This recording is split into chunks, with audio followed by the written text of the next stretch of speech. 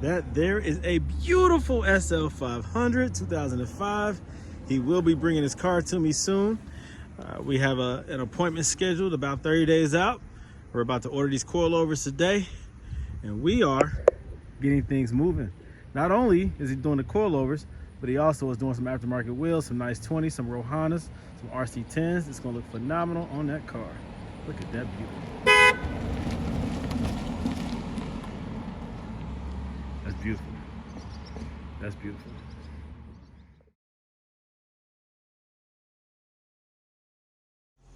Welcome back to my channel. It's Brandon Green, owner of Goldelementautoworks. We're back at it again with another coilover swap. This is a 2005 SL 500. This thing is beautiful. This is beautiful. This is a beautiful example of a well cared for SL 500. The body is timeless. Gorgeous color, gorgeous condition, low miles. Let's take a look at the miles. Hold on 1 second. Let me do this quick walk around. Thing is gorgeous, man. Vietnam vet, look at that. This thing is unbelievable, man. Well cared for, not a scratch on it. Not a scratch on it. I love the clear brake light. I love the SL 550 tail lights. I love the Madras wheels. These are 18s, staggered. Nice, very clean, very fitting for the vehicle. Let's look at the interior real quick. Whoa, look how clean this thing is.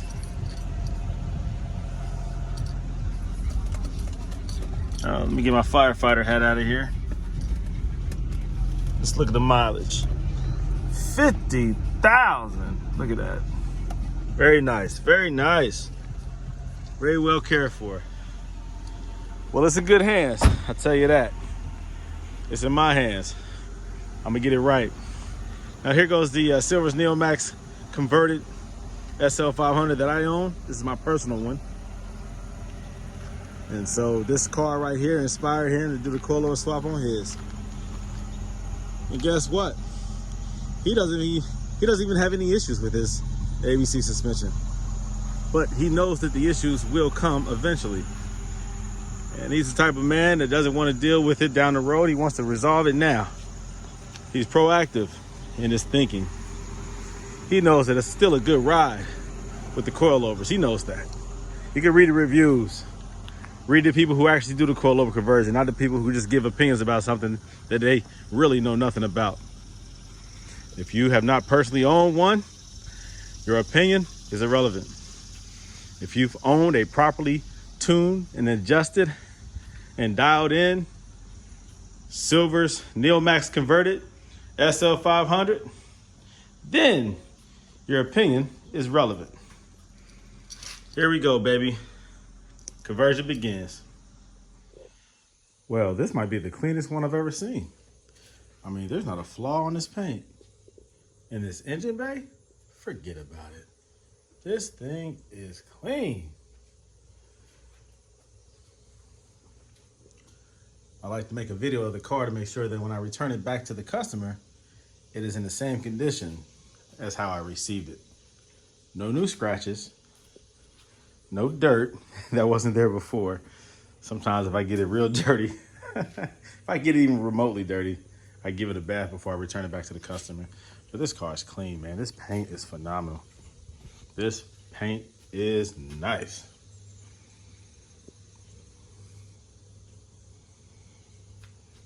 I mean, for a black car, wow. I mean, for a car, period. This paint is gorgeous, man. Gorgeous.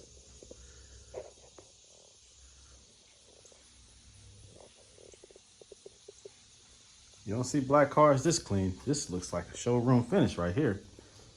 I mean, I don't see a swirl mark, not a scratch or anything, just from washing it. Yeah. This client really takes care of this one. It's in good hands, though. is in good hands. Okay, so apparently everybody wants to know how to adjust these coilovers. These are the Silvers Neomax going on an SL 500, 2005, I think. So you take these coilovers. This is how they come factory, about this length right here. This is straight out the box. So you take this right here. This is the body. You look for this hole. This hole right here, you can see the threads. This is the threaded body of the coilover. You see the threads through that hole right there. So all you have to do, let me see if I can do this with one hand. This is kind of hard. Twist it. This is for the front. The proper length to get this thing to sit pretty much how it was factory, with the lower setting, not lifted up in the air with the ABC, but at the lower setting, the factory height. You take this hole right here, you use this as a guide. You twist this lower portion of the coilover strut until those threads disappear. And then you can go down about a ½ inch more, and then that's it.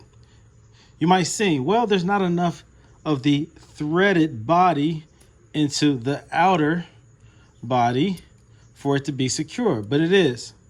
A ½ inch is approximately right here, about right there.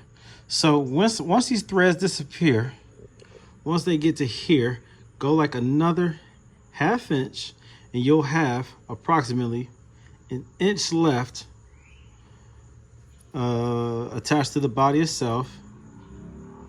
And then you'll tighten down this collar to make sure it's snug. It won't go anywhere. That's enough right there for it to be secure. Again, twist this thing until the threads disappear. Keep an eye though on where the threads are located with each turn.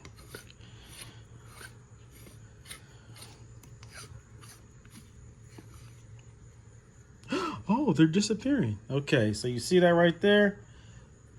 Now, you will need to mark it right here with a black marker, or put tape right here. And you twist it until you get approximately ½ inch from here to here. And whatever you do to this one, do it to this one. Then you tighten it down, and that's going to be your total length. That's your factory height for the front on the SL 500. You're welcome. I do have to mention that on this one right here, that hole is behind the sticker. So every time I order these struts, on one strut, in the front that is, and probably in the back too, the sticker always covers this hole on just one of the struts. This one is exposed, the sticker's right there, and this one, the sticker is covered up. All right, so find that hole.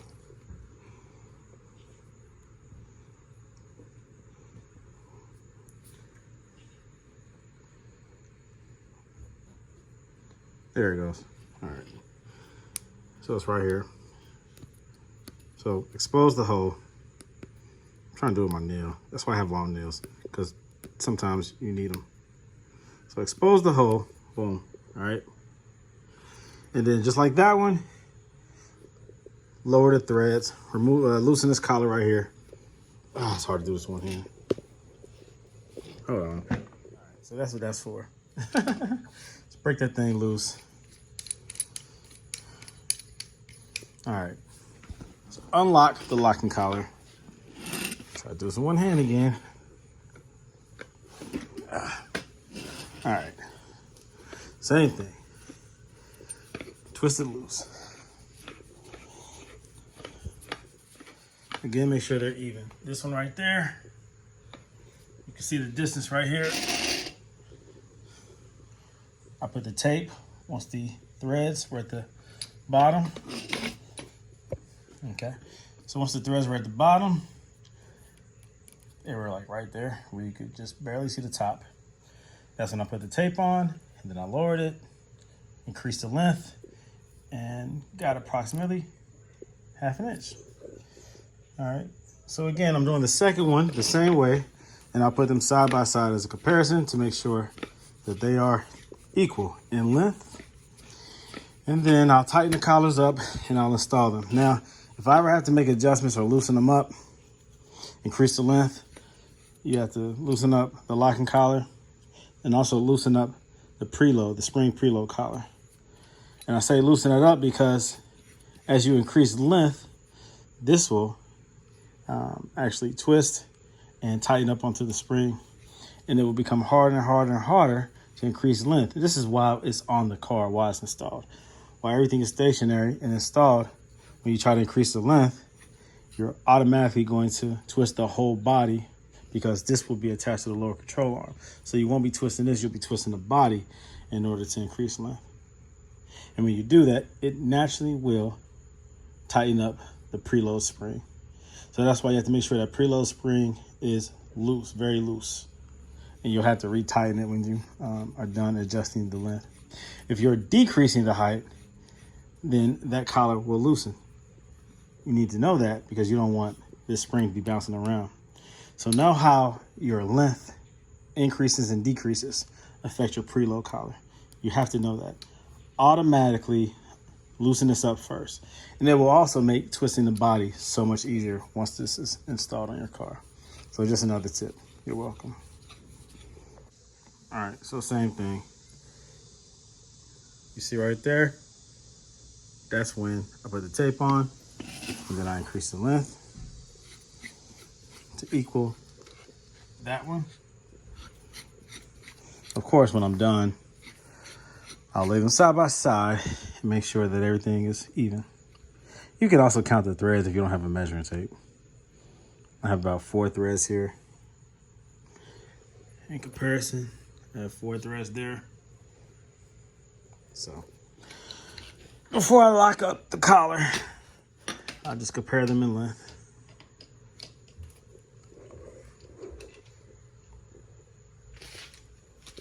Oh, check it out. Let's see.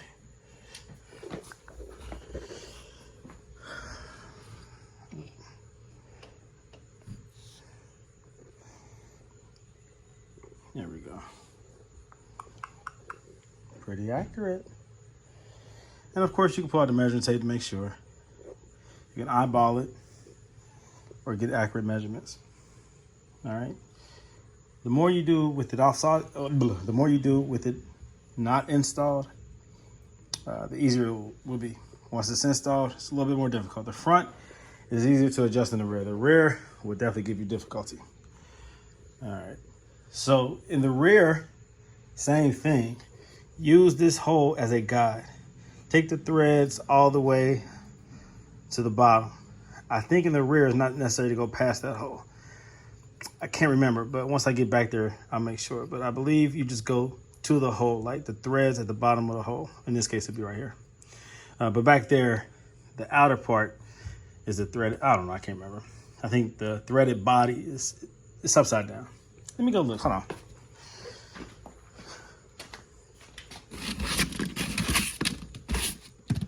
What's the difference? Okay, so in this case, so what's so different? Nothing. Well, you still twist the threaded body to increase the length. So same thing. All right, so that hole, yeah, in the back, just twist it into the hole, shows the threads, and then the threads they disappear, and I think that should be the proper length. I'll make sure, but as of right now, that's how you adjust them. You're welcome. Oh yeah, now regarding preload on the spring, this collar right here, it comes pretty much good. But like I said, once you make adjustments, you'll have to reset it. So the proper way to set this, of course, loosen the locking collar. And this is this preload collar, the one that the spring sits on. They call that the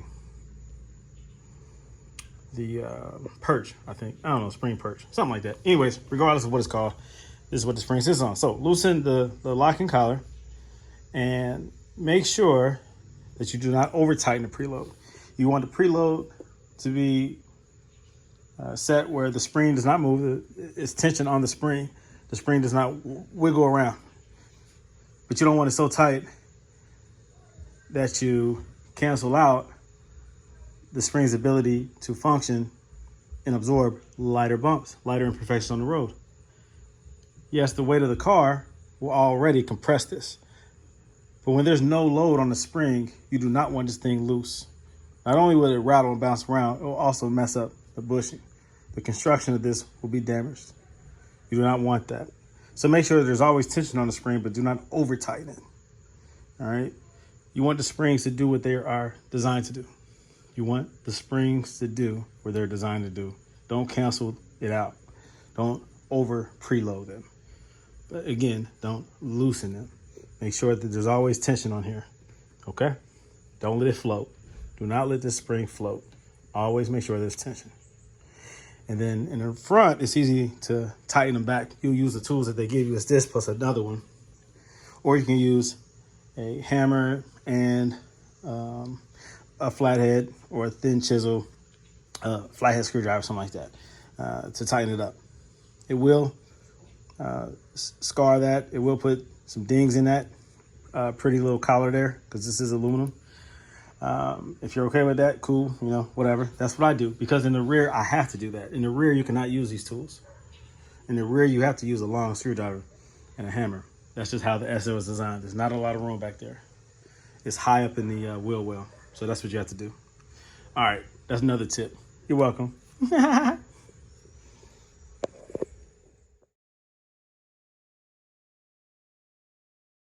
right, another tip. So these coilovers come with new nuts. All right, they come with these right here. Now look at these in comparison. These are the factory. These are the ones that the Silvers come with. I prefer the factories. These right here. Why? Because look at them. Look at the distance. I mean the difference in the width right there. I would say that if you're using these, you almost need a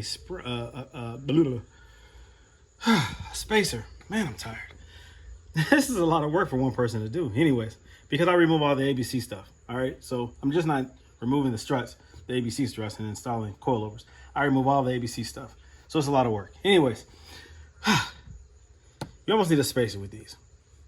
These don't cover enough surface area for me to feel safe with those on this Mercedes-Benz. In the rear, yes. In the front, no. The reason being is because, okay, let's take these both over there. Look at the gaping hole around the strut. Gaping hole, all right? This right here does not cover that hole as well as this one does. You see the difference there? I feel more safe with the original nuts versus the aftermarket Silvers Neomax nuts. I recommend that they come with larger ones, wider ones that covers more area. But that's just my recommendation. That's what I do. I use the original Mercedes OEM because the worst thing you could have happen to you is these break through this where the strut mount goes. You don't want that to happen. I doubt if it will ever happen. But me, it's just a peace of mind. So I use the original nuts. And yes, they work. They thread right on. Same threading. So that's what I prefer. That's what I recommend. You're welcome. Okay, so I do have to make a correction. That length that I told you all for the struts, that's for the standard factory wheel and tire setup. Now, this client of mine, he has 18-inch wheels, but he has low profile tires. So it does create a gap that I don't like, and I know that he's not gonna like. So compare what I did to what you actually see here. We have about, I need to lower that probably about 2 inches front and back. So for whatever reason, with these low profile tires on this 18, we have a huge gap. So he did say that he wants his to sit lower than his factory height. So the setting that I told you, if you have a regular factory setup with a thick tire, then that's appropriate. With this setup, I'm going to go down about 2 inches. It will give him a lower profile ride. It will even give him better handling.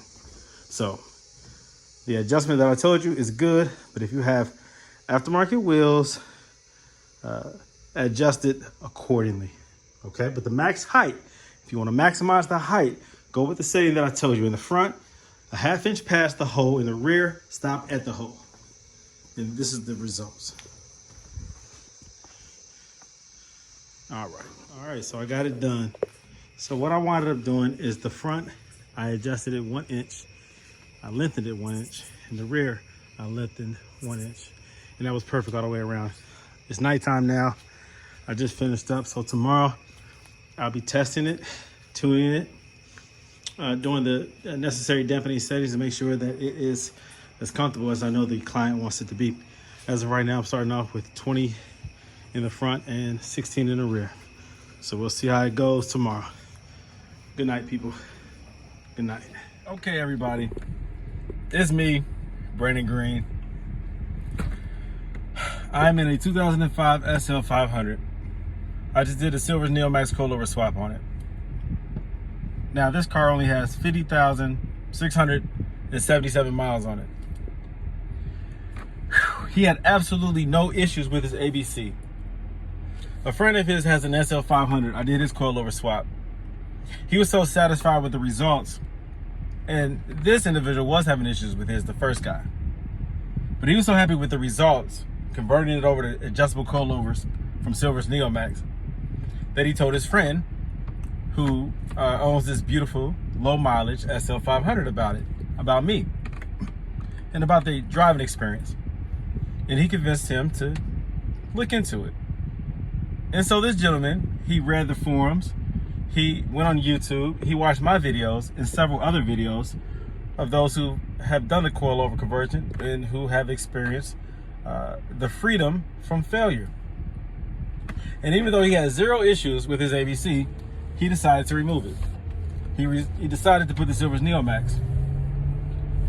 He brought it to my attention, and I installed them for him. And let me tell you this. This car is great, phenomenal, handles excellent, wonderful, wonderful handling, wonderful suspension. I drove his car with the ABC before I did the coilover conversion so that I can remember how ABC feels in the SL 500.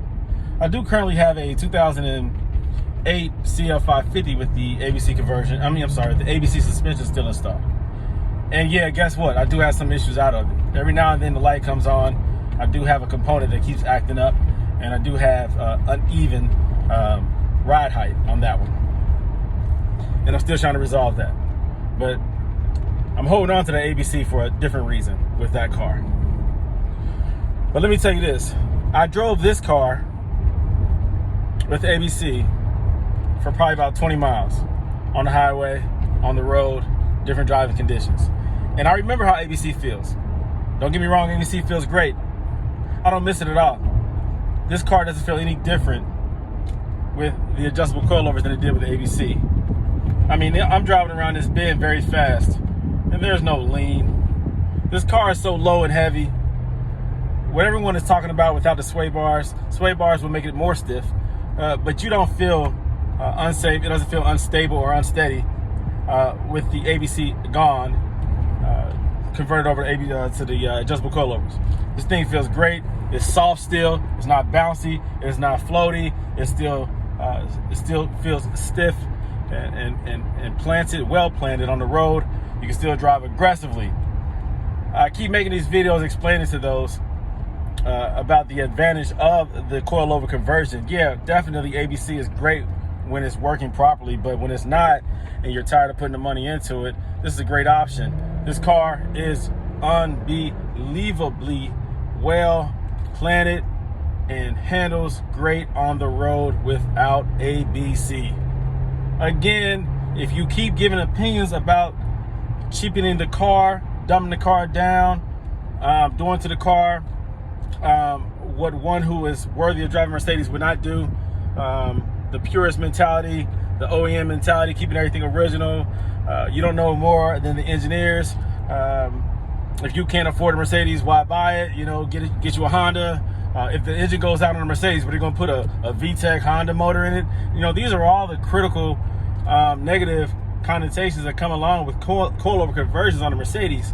But again, these are all people on the outside looking in who have never done it before, nor driven it before, nor owned it before, are properly adjusted and tuned and dialed in adjustable coilover suspension.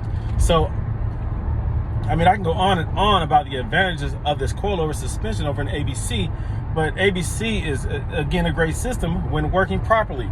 There's more of these cars not driven on the road because of the ABC than they are driven on the road. So for a few of you guys out here who have put those thousands and thousands and thousands and thousands and thousands and thousands and thousands and thousands and thousands of dollars into your suspension to keep it on the road, cool. But most people will not put money into the car to that extent where they feel even confident after dumping all that money into the car for a suspension. So most people are not going to do that, and most people are going to be then at that point afraid to even drive it on spirited runs for no reason. With the adjustable coilover installed, you can drive this car for no reason. You can go get milk at the corner store. You can drive this car for any reason. I drive my car to Home Depot. I mean, you can drive this car anywhere, anytime without worrying about a suspension failure. You can't do that with ABC. The car then is so expensive, excuse me, you put so much money into it that you will not drive it for no reason. You're afraid because of failure, impending failure that will occur. The point of this video is not to disrespect ABC, but it is to give you an honest opinion about the adjustable coilovers, the Neomax. ABC is not the softest ride. ABC does not give you this soft plush sitting in the living room on a sofa feel. It is still a firm ride with ABC. But there is no need for sway bars with ABC. It doesn't lean, it counterbalances, it always is reactive and responding to road conditions.